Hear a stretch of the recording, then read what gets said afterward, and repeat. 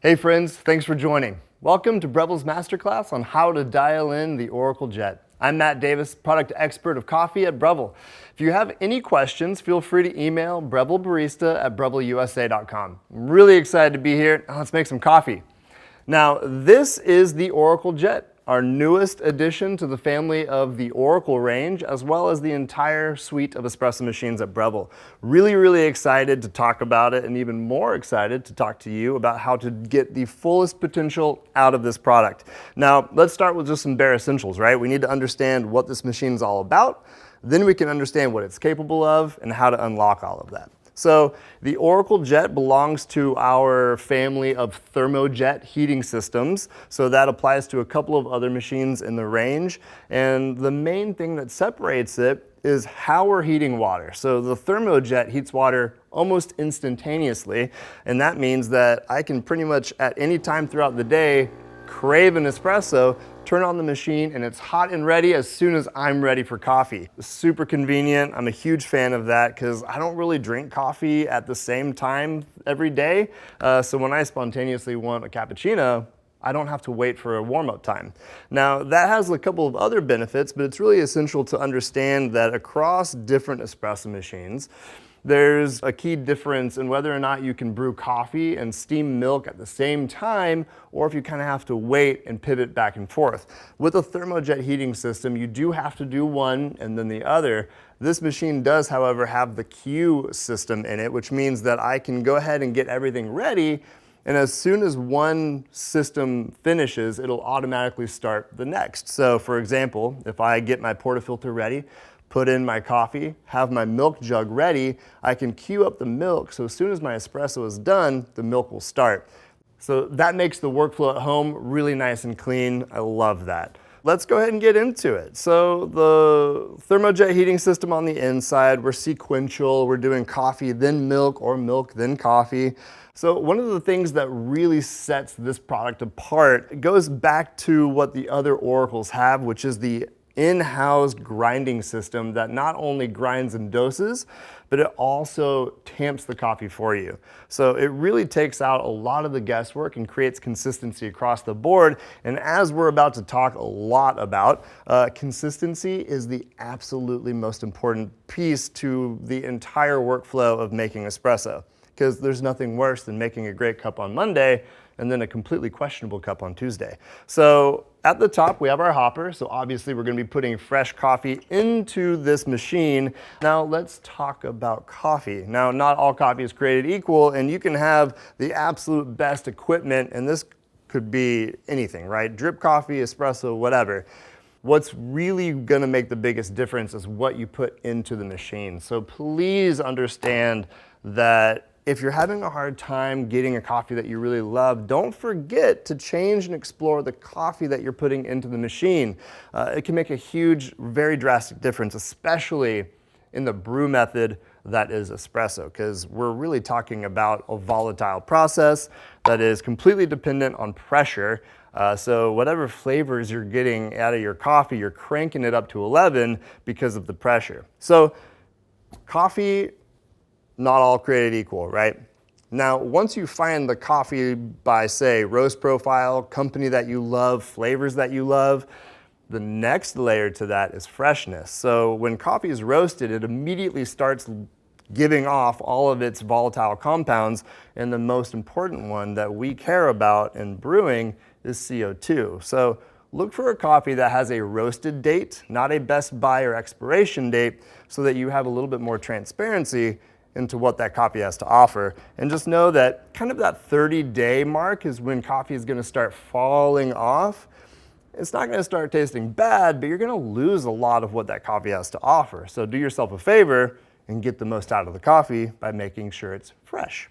So a way that you can keep coffee fresh is something like this, a vacuum canister. So what this does is it ensures that all of the CO2 is allowed to escape without letting oxygen get in. So it'll just keep the coffee fresh as long as possible. So any kind of vacuum canister will do, but I'm a really big fan of this one. And I'm simply just gonna load up my hopper.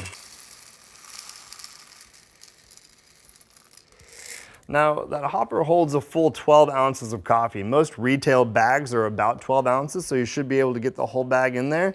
Just know you don't have to fill it up all the way. If you know that you're not going to use a whole lot of coffee in a certain period of time, feel free to just put a little bit in. That will also help keep it fresh. So that's the coffee. Now let's go back to the machine, and moving down, let's talk about the drip tray. So we actually redesigned the drip tray on this product, which is really fantastic because we looked at little things like cleanability. So you'll notice that when you open up the drip tray underneath these pieces, all of the edges have been rounded out, a little bit more smooth and easy to clean. Definitely a good idea to, on a regular basis, give that a good wipe out. Now, behind the drip tray, there's a lot more action, which is really exciting. We redid the accessories bin to make it a little bit more accessible. Also a little bit more convenient because it holds things a lot more nicely. So you have everything from your basket, your back flush disc. So this is for cleaning. You'll also notice you have your detergent discs. So those will be used for your back flush. You'll also have some brushes. So one brush is for your grinder from the top. The other one is going to be a mixture of grinder and also your group head. And you'll also notice that this one's magnetized, which is really great because it can do two things. One, it can conveniently just plop on the side of your machine if you prefer that as storage. So the magnet actually has another intended purpose, which is to remove the auger fan on our dosing system. So back to one of the really amazing parts of the Oracle system as a whole is inside this grinding chamber, a lot of stuff is happening that we can't see. So worth acknowledging and appreciating, but also understanding kind of how to work with it. So inside here, obviously the coffee is being ground, coming down into our portafilter, but there's a little propeller up inside there that's going to be spinning. This is going to distribute our coffee grinds, and then that same auger or propeller is going to then tamp the coffee. Now, if we want to clean that component, we take our magnet, put it up in here, and that whole system will just drop right out. Really nice and easy to work with. You can clean it. Now, putting that right back in, it is just a magnet, so just getting the alignment right and then plopping it right back into that collar. Pretty simple. So while we have these accessories out, I want to take an opportunity to talk about baskets, because we do have two different sized baskets here, and I want to make sure that everyone understands why you would use one or the other. Is there a reason for both of them? And obviously which one's best for your situation. So in a cafe setting, we're pretty much always going to stick to a double or even a triple basket. And that's mostly for efficiency reasons, but I'm a really big fan of it because it creates consistency in recipe. Now, if I was only making coffee for myself and I only want to make a little bit at a time, you can certainly use the single cup basket. Now, this is just simply going to mean you're putting less coffee in, and that will then dictate the amount of volume that you'll get out. But you can always pour or pull more volume out of whatever amount of coffee, but that will change the concentration, the extraction, and obviously the flavor. So just know that if you're wanting to pull a double shot of espresso, you really need to stick to the double basket. Now, I'm a big fan of using a double basket, and if I'm making two drinks or just one, I can also just use the coffee out of one spout. So I can split my shots. Now, that might mean you waste one, but I would rather know that I have a good recipe and just stick to that instead of trying to go back and forth. That's just my personal preference, but I think it's important for everyone to understand the reasoning behind that. So while we're talking about baskets, this is actually a great segue to talk a little bit more about the science of extraction and what happens inside that basket, because ultimately the end goal here all happens inside this basket. So while I have it out, I can kind of give you a better visual example of what's happening. So when we're putting coffee into our basket, our goal as a barista is to create even density or back pressure for that water, creating resistance, right? So we're taking 18 to 22 grams of coffee, compacting it into this basket, and then crashing a ton of pressure through water on top of it. Now, water is extremely lazy, and it will look for the path of least resistance. So if the water is able to find a side or an area of that coffee that is easier to pass through, you're immediately looking at uneven extraction. So just know that when we're trying to create a great espresso, we're really trying to make sure that we have even density throughout that basket, because what comes through here will then pass through here with all those little holes, right? So really important. Now, I say all that to put all this emphasis on how important it is, but then the Oracle Jet really takes care of all of that for you. So that auger fan that I just took out, it's spinning around and really making sure that that even density is all taken care of. But I like to make sure that people understand what's happening, even if you have no role to play in that process. Now, when I talked about consistency, creating that even bed is really one of the most difficult parts. So the Oracle Jet is a huge leveraging point to make that job easier because of that whole process. So we're gonna put our basket into our portafilter. The portafilter otherwise is a really simple tool. It's just a way to channel the coffee into 2 different spouts. So again, we're using the double basket. I'm going to put my single basket back in here, and I'll use that for my back flushing. Accessories can go back in here.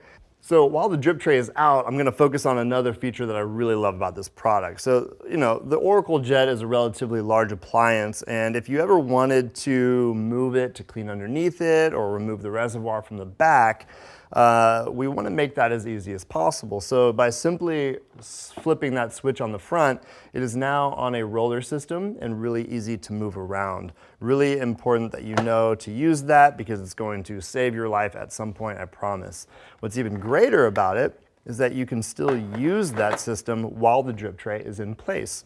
So simply just reach underneath, go back and forth, lock it back in when you're at the right spot, and you're all set. So that's underneath the machine. Now let's talk a little bit more about the front of the machine. Now before we get started, we already have coffee. The last ingredient here, which is equally important, is water. So I can just flick this front fill lid here, grab some nice filtered water, and pour in. Now I could give you a whole masterclass on why water is so important, but please know, don't use distilled water. And if you can, try to filter your water at least a little bit, because water has minerality to it, and when you heat it, it evaporates and leaves behind some stuff, and that stuff could wreak havoc on your machine. So the better the water, the friendlier it is to the machine, and the better tasting your coffee. So I'm just going to fill this up with some water. Now you don't need to fill it up all the way. Again, if you're only using it every once in a while, just add however much you think you need and go from there. Now, on the front of the machine on the backsplash, you will see a little sight glass that gives you some insight of how much water you have in the machine, which is really helpful. And furthermore, if I turn on the machine, we'll activate the LED lights, which further improve the visibility that we have on things like the water and everything going on in our workspace, which is fantastic. Now, let's talk a little bit more about the user interface here and really just start making some coffee. So once we turn on the machine, you'll notice this full color touchscreen that gives us a ton of really valuable information. Now, the first time you turn on the machine, which you've probably already done by now, it walks you through a full onboarding process, which is really helpful to just familiarize yourself with the machine. But just know that if you ever want to revisit that, simply hit that information button in the top left and go back to your startup tutorial. Another really helpful one is at the bottom, understanding your Oracle Jet, knowing all of your different components. So if you look at the screen, it identifies all the bits and pieces, which is really helpful, but going an extra mile, you can actually click on one of them and it'll give you a nice little animation, which is super helpful. Above that, if you go back, you can go into a QR code links, which will give you more information about cleaning your machine. So some of the stuff we touched on, if you want more information, just know it's right there for you. Now let's go back to the home here. And another thing I wanted to add is this is the first machine that we've created with the ability to be connected. Now, if you want to connect your appliance, I highly recommend it. It'll enable you to receive over-the-air updates. So anytime we do continuous improvements or update anything about the recipes on board, you'll be able to receive those and you have to do nothing to receive it, just be connected. So go into your settings and simply go down to Wi-Fi, select the network, plug in your password, and you're ready to go. Super fast, really easy. Now that we're all ready to go here, let's go ahead and make a drink. So we're gonna make a latte today, but before we get started, I've talked a lot about this machine, but I also like to give you a little bit of added benefit. As someone who's worked in coffee for a long time, creating a really great bar flow makes a huge difference. So if you can, do things like add rags, a scale, a knockbox, all that stuff will go a really long way. So I always like to have one dry rag, which I'll use for my portafilter, and then I'll have one that's slightly damp that I'll use for my steam wand. That'll ensure that as I'm making coffee, I'm not stumbling and cleaning as I go, and it makes it really efficient for me to maintain a clean work environment, which maintains my sanity. So another thing I mentioned is a scale. I highly recommend a scale anytime you're brewing coffee. I mean, it is a little bit of a coffee nerd tool, but if you're interested in creating really high consistency and accuracy, or if you want to just play around with coffee, definitely a useful tool. Make sure that you can go down to a gram. Some scales will only do ounces. Even a scale like this, it took me a while to figure out that on the back of the scale, there's a button to change the units. So just something to look out for. So something that's a little bit more imperative and lucky for you comes with your Oracle Jet is the knockbox. So a knockbox is a pretty simple tool. It's just a trash can for your coffee, but the way it's designed is to make sure that the workflow of removing the spent puck is clean, not too loud, and really easy to use. So by simply tapping the bar in the center, your spent puck should pop out pretty easily, and you just move along with your day. So this knockbox holds about 10 pucks. Just make sure that you're throwing them away or composting them when you're done. All of those things together will make for a really nice, clean workflow, and you'll kind of create a little bit of a muscle memory. So every time you approach your machine, you feel really confident. You know your steps 1 through 10 or whatever. And after a while, you'll do it with your eyes closed, and making coffee won't seem cumbersome, and that's the goal, right? We want to feel empowered, comfortable, and confident making coffee. So let's start making coffee, right? So we said we're going to make a latte today. So once we've turned on, we are going to start making our coffee. But before we do that, let's mix it up a little bit. Let's go to our settings, scroll down a little ways until you see machine settings, and just under that theme, go to theme, and now we can actually choose to go to dark mode. Dark mode is just a great way to add contrast. It's a little bit easier on the eyes. Totally subjective, I love it. So now that we're in dark mode, let's go to latte. We then see the 3 main pillars of how we make coffee, right? The construction. So on the far left, we have our grind. In the middle, we have our extraction or brew, and then we have our milk on the right, and we'll kind of break it up bit by bit. So first one is not illuminated right now because the machine knows that I don't have my portafilter in spot. So first I need to engage the portafilter. So once I have the portafilter in, you'll notice that the icon is now illuminated, which lets you know that you're free to start grinding. Below that, you'll have the identifier of what grind setting you're on. So that's the dial on the left, right? So smaller the number, the finer you are, the bigger the number, the coarser you are. It goes from 1 up to 45. Now, below each one of these icons, it gives you the information, but on the other 2, the espresso and the milk, this is where you're gonna make your adjustments. So if we skip over to espresso, below that cup, if I click on that, this is where I'm going to decide my volume. So how much espresso do I want to end up in my cup? So by default, each one of these beverages, latte being the example here, will preset you with a default recommendation of what we think is going to set you up for success. You can always change that, and just know that if you do, you can save it so that next time it'll remember. So for this one, the default is a double shot. We'll just keep it there. And then if we move over to milk, same thing, we can make all of our adjustments and it'll save if we want to, but we'll cover that next. So let's go back to the portafilter being in the grind chamber, ready to go. To activate the grind, we can either touch the icon or swivel our portafilter to the right.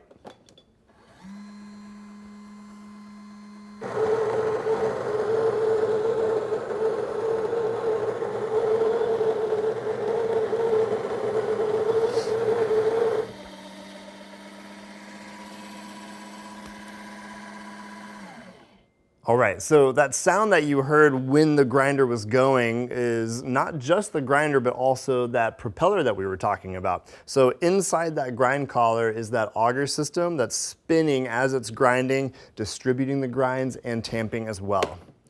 Once you pull out, you'll notice that your puck is perfectly prepared. We're ready to move over to the group head. So just insert at a 45-degree angle and pivot straight until you're at a 90-degree. Now you can go tighter, just know that you don't have to. There's a gasket inside there. Going tighter than 90 degrees is just going to put more pressure on that gasket. So once you're perpendicular, you are tight enough. You don't need to muscle it all the way in. And at that point, we can choose whatever vessel we want. We'll start with a shot glass so we can talk about extraction and dialing in. And so now once the cup's underneath, we just simply tap the icon and the machine will start. You'll realize a timer at the bottom. This is really important because while we're extracting coffee, we want to look at the flow rate and compare it to our time. Now it started dripping at 5 to 6 seconds, which is a little early, and it's flowing really fast right now. Now the machine is going to automatically stop at the volume I told it to because it's a volumetric machine. I can go into settings and change it to time-based brewing if I want it to automatically stop at a certain time. But default is going to be volumetric, so within a certain amount of volume, we're trying to figure out how much contact time the coffee had with the water. And that's really the bare bones idea of dialing in. So if our shot finished in 16 seconds, that didn't give the coffee enough time with the water to get a good extraction. So that was an under-extracted shot of espresso. That's not what we want. We want the coffee to spend more time with the water, and the way that we're going to do that is to decrease our grind size or go finer. Now, this machine does have barista guidance so that if it sees your shots brewing too quickly or too slowly, you'll get a little notification at the bottom that will say, hey, your shot was pouring too fast, too slow, and it'll tell you what grind adjustment to go to. Super handy. You can turn off those notifications if you would like to at any time. So I am going to go down to a finer grind setting. Now I did dial in ahead of time to make this a little bit faster. I wanted to go super coarse to show you what a really fast shot looked like, but I know that a grind size of about 30 is where I want to be. So I'm going to go to grind size 30, right? We're there. You'll notice that when you adjust the grinder, you're not going to feel clicks. This is a stepless grinder, which gives us kind of an infinite amount of adjustability within a given range. So just know that as you're turning it, it takes a little bit of time before you see those changes take place on the screen. It's a good thing. Makes it a lot easier to hit a small target. So we're going to knock out this puck. Use our rag, make sure that our portafilter is clean and dry, and then we can go right back in to the grinder. Now, something that I love about this machine that we added into the feature on the user interface is a purge function. So anytime I change grind size, want to preheat the group head, or clean out the steam wand, we can purge each one of those by simply doing a double tap. So since I made a big grind adjustment, I can purge out just a little bit of those grinds to make sure that my next shot doesn't have any leftover grind size. So now we can hit the grind.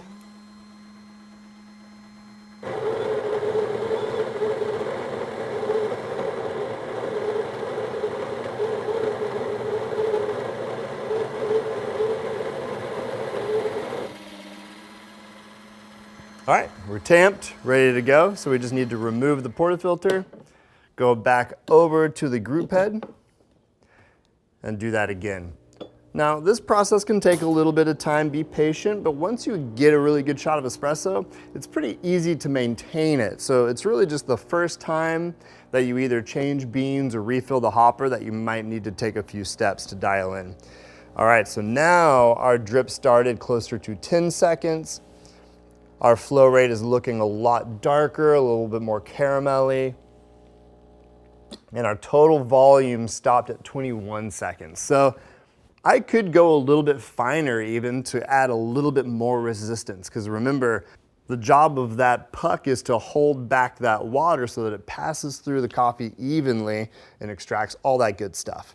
So we want our shots to pull for a double shot in about 22 to 32 seconds. Is a good kind of frame of reference. Anything outside of that isn't necessarily bad, but that's a frame of reference for you to use to try to get a really good shot of espresso. So here we have 2 ounces of delicious nectar from the coffee. I would totally drink this. Now, I could continue to tweak it and get it better and better and better, but I always tell people, no matter what the coffee looks like, always taste it, because it's really important for you as an individual to develop your palate, but also to learn what a coffee has to offer, because every coffee tastes different.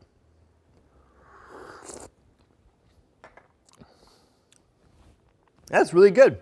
So I will say, because it was pouring a little bit on the fast side, it's still not as sweet as I want it to be. You can also get a little bit more body by slowing down that flow rate, going a little bit finer. But at the end of the day, if I'm adding milk to this, it's gonna be delicious for sure. So now we know kind of a better understanding of the process of dialing in on the Oracle Jet. Hopefully that was really helpful. And now we can move on to the milk. Now, when it comes to milk, it's a whole different ballgame.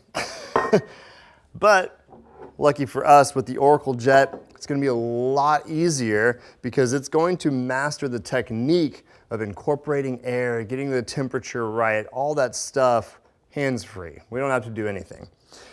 Manually steaming milk is a super tricky process, and talk about consistency. It's really difficult to do it the same every time. So the Oracle Jet has a proprietary system that we have in a couple of our machines, and it just keeps getting better.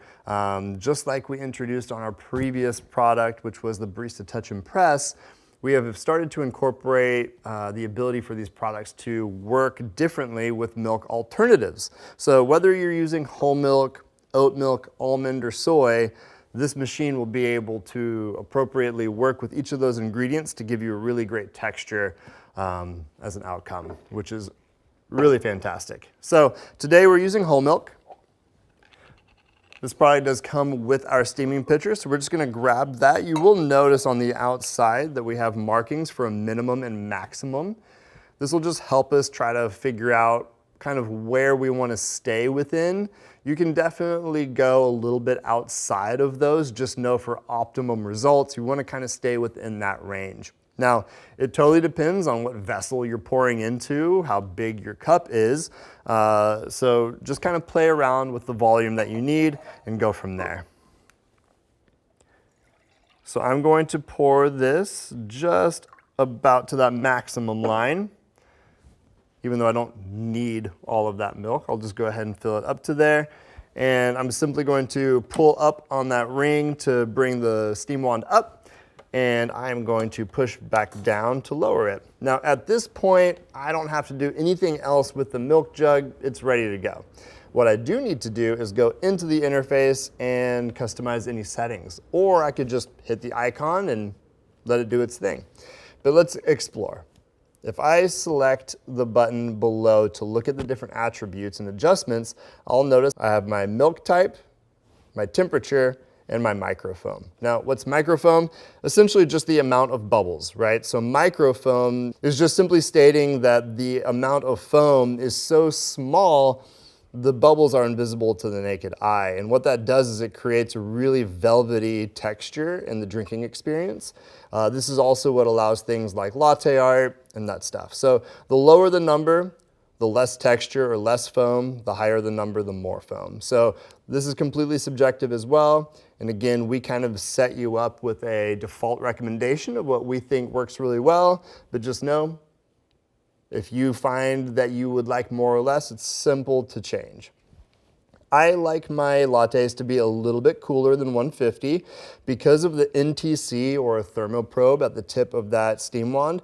You can adjust your temperature in single-degree increments, so you can be really specific. So just for purposes of the demonstration, let's say I prefer my milk at 137 degrees. If I went up to a barista and said that, you might get an eye roll because it's super difficult to get that specific. So knowing that this machine can be that precise and do it the same every time is quite remarkable. Now, once you have all of your numbers and your jug in place, there's two things that you can do. If you're in the process of making your whole beverage, remember you can use the auto queue system, which is really helpful. So if I'm in the middle of extracting my espresso, I can tap that icon and it'll pause the system so that as soon as the espresso is done, the milk will start. I've already done the espresso, so I'm just going to click that and the milk will start. I love the animations throughout all of these. It helps me really understand what's happening, and I can see a direct read of the temperature of the milk as it's steaming, so I kind of have an idea of how long it's going to take. So what's happening right now is the system is essentially sucking air out and inserting it into the milk. So if I were to manually be steaming milk, I would be responsible for injecting that air, and it's really finicky. So this system knows exactly how much air to pull out, how to put it into the milk, and to do so in a way that doesn't create bubbles that are too big, but instead, again, that microfoam, trying to keep the bubbles as small as possible.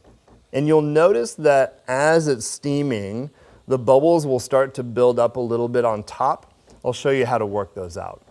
All right, here we come, 135, 136, 137. The machine will automatically turn off at the right temperature. Wait until you hear it completely diffuse pressure.